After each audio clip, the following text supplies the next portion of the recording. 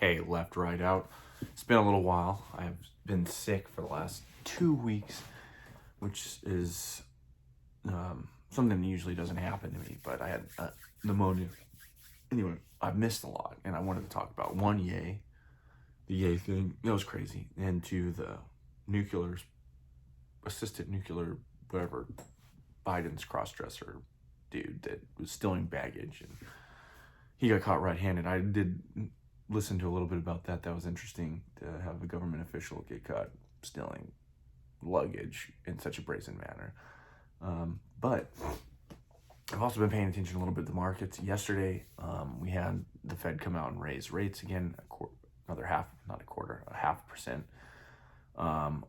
And this thing I've talked about before, one, the crazy fake CPI number, but two, the reaction in the markets to these CPI numbers that are just less, the expectations are less than the expectations, but super high relative to historical terms, or at least in recent memory. It's incredible that expectations instead of reality are the ones that is dictating the way the market moves, and the market is almost willfully ignorant of what is happening here. Because I mean, I don't care what the CPI number is. You go to the store, it tells you a different story.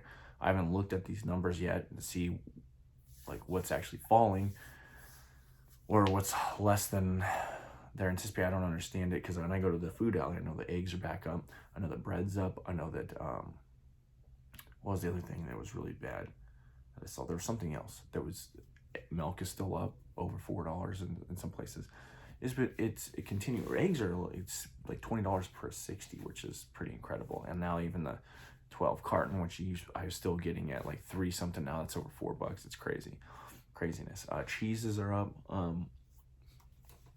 I've noticed that on some like Parmesan and some of those other cheeses, even if they're made in the States. It's crazy.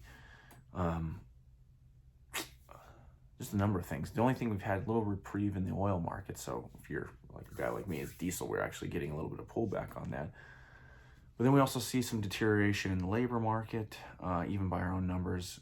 And those numbers are also padded to a certain extent. And what happened, unless those are government workers that are getting laid off or, becoming less prevalent in there, then we're having a squeeze on the other side. So we should, that's a pressure on upward on the CPI. I'm not saying that's not inflation. Inflation is a monetary phenomenon, but if you take out supply, like the people that are actually productive, then you have less supply, and on the supply and demand curve, I mean, it's going to push prices. It's going to have pressure toward all other variables held constant, pressuring prices upwards. So if they're trying to crash the labor market in order to stop inflation, it might have the opposite effect. Or CPI, the CPI number raising prices, it might have the opposite effect if you're taking out productive workers. And there's a lot of unproductive workers that need to be cleared out anyway. So it's a huge conundrum. But anyway, they raise it. The other part of this I'm looking at is the bond market, which I see the inversion of the yield curve has been prevalent for this whole year almost. And I look at now in the relationship to the Fed funds rate, especially with the 10-year, and it's like essentially inverted from the Fed funds rate currently, which I was wrong on the 1.25%. Apparently we're still going all right, or there's the perception that we are. I know there's some companies that are really hurting, and I think that has to do with even going above that rate, but I'm going to call that as in my wrong box, that I made that call and I was wrong. But you can't tell me that these rates aren't starting to really have an effect. But there's a huge inversion between the actual Fed funds rate and 10-year. And that's what I was going to say, is that I actually hope I'm wrong, because I hope the rates can be maintained up here, because I like having, even though it's being eroded by the prices rising, but I like actually getting some interest on my savings. It's kind of nice. It feels a little bit like your money's doing something, and that's how a lot of people built wealth in the past, is they were able to have a nice, just a regular job, be able to put a little bit of savings away and get interest off of that. That went away like a couple decades ago, essentially, and now we're starting to get a taste of what it was like at a certain point in our history. Even though, like, yeah, obviously gold standard beyond. But anyway, let's go to the what if they really wanted to stop these rising prices. If they really wanted to, one, yeah, they would hike rates more. Two, they would raise the reserve requirement on the banks, which is essentially zero, which means they don't need to hold any of your money. They just loan it out. If you raise the reserve requirements, even back to 5%, I believe that was before they cut them completely. That would have an impact, because where we're seeing the inflation now is from consumer credit expansion, or and not necessarily in the Fed's balance sheet. The Fed's balance sheet's stagnated or slowly contracting. Granted, it's not contracting very quickly compared to where it's risen from. But anyway, we can get off that. Right now, the markets we got the Dow futures down 400 points. They're saying retail sales. I actually think it's because the ECB also rose rates a 0.5%, said they're going to start their QT. So that's very, I guess, hawkish, because they're seeing it. I mean, I haven't looked at their calculations, how they calculate their CPI in a long time. But there seems to be a more accurate reflection of what's really happening, and their numbers are pretty bad. So their central bank has been behind the curve for a long time. They're finally getting off of that zero platform and launching up. But anyway, what else is going on? So we've got a leak. We knew this. I've said it in Ukraine that there are operational American soldiers on the ground, supposedly just keeping track of weapon systems, trying to anyway. Money and weapon systems. They can't really do that. Well, apparently there was a leak saying that it's highly inadequate. They need more personnel, and even then they probably won't be able to do so. On that front, we look at an African leader that has come out and said he's starting to see those weapons filter. The weapons that we have sent into the Ukraine, that battle space, are starting to filter into Africa. Which we've said that before too, that this is a highly corrupt, this is a money laundering thing, this is highly corruptible, this is a business for Ukraine at this point. And they can make pretty good money on it, selling it to African dictators. We've seen this, and that goes to the Griner thing with the Lord of War, or whatever. I say that because that's the movie it was based off of.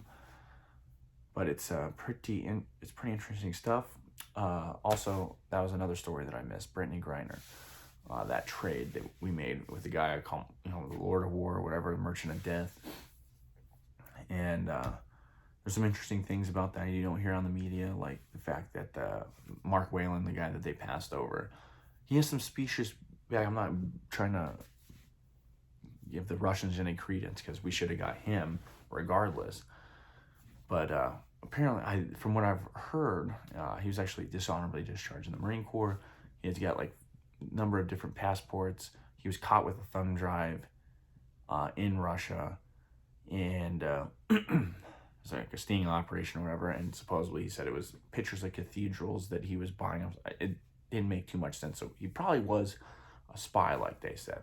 That doesn't mean we shouldn't have got him, because he's still doing our bidding, and he's an American citizen. And as opposed to Brittany Griner, who is American citizen, I'm glad we got her. That's that's good, but that she was I don't know. It doesn't really bother me, but we should get him either way. He's been there for years. He should have been on the top of the list. As opposed to her. She was changed teams to the Russian rock crushers. I mean, just for a little bit. We could have got them later because Putin's opened the trading. So that's interesting. Argentina, France in the World Cup. It's awesome because I picked Argentina to win the whole thing. Because my other team didn't even qualify. But Argentina's a good team. Messi's, I know it's sports. I didn't hardly talk about sports, but that's pretty cool. We have the Twitter files. That was the other thing. That was a big story I was forgetting. Twitter files out there, and there's a lot of interesting stuff. I don't necessarily want to comment completely. I just like to say that it looks to me like I had a bad read when I watched Joe Rogan sit down with these two, and it was Jack Dorsey's legal counsel there, Twitter's chief legal counsel, and her demeanor there. I had a really bad feeling about her. I kind of felt like she was probably the one that is the consigliere that's giving the bad advice, that's doing a lot of this nefarious stuff. And it turns out, yeah, that's the case. And a lot of these emails, a lot of these brazen deplatforming and shadow banning, it comes from the top from her, and even employees seem to understand that doesn't make any sense whether you agree or disagree with a guy like Trump or some of these other characters, smaller accounts that are expressing more conservative or nationalistic or populist, I'd say, not national, populist points of view. What else was there? But anyway, there's more of that coming out. More Twitter files keep leaking, and we're seeing more and more, I would say, commingling of government and big tech, which I want to say that is definition of fashion, but it also brings up interesting legal implications. At least when I was in law enforcement, it was taught to me is that you can't instead of getting a warrant or getting something, you can't have somebody go into somebody's house, a civilian go into somebody's house and search. That they're acting as an agent in lieu of the government, essentially. It's a way to get around that. And I see that in the same regards of this, when the government asks private entities to do something without probable cause or without a warrant. In this case, they're actually picking out a certain political persuasion or points of view to suppress.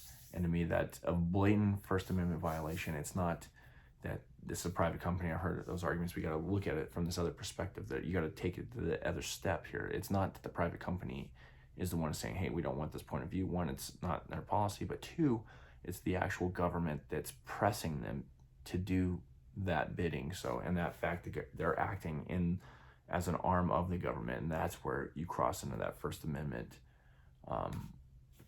area. Not just one of the emails, it was a guy who said that we're talking about the principles of the First Amendment. Well, yes, exactly. That is too. That's on the, we, even in private companies in America, we kind of believe in that principle of being able to freely express yourself. But when it comes to the government, that's what the First Amendment and the Bill of Rights is all about, is restraining the government from being able to suppress our ability to freely express ourselves or practice religion or whatever the case may be, affiliated with political parties. And that is where we crossed that line. Was crossed, not from just the principle to the actual legal matter, when the government has the private entity do these kind of things. Excuse me. So that's where I'm at on that, and I'm going to leave it here just to keep it short, and we'll be back. We're back, so we'll be doing some other things. I can't think of anything just to keep your eye on. Just everything seems pretty crazy. But anyway, talk to you later. Peace.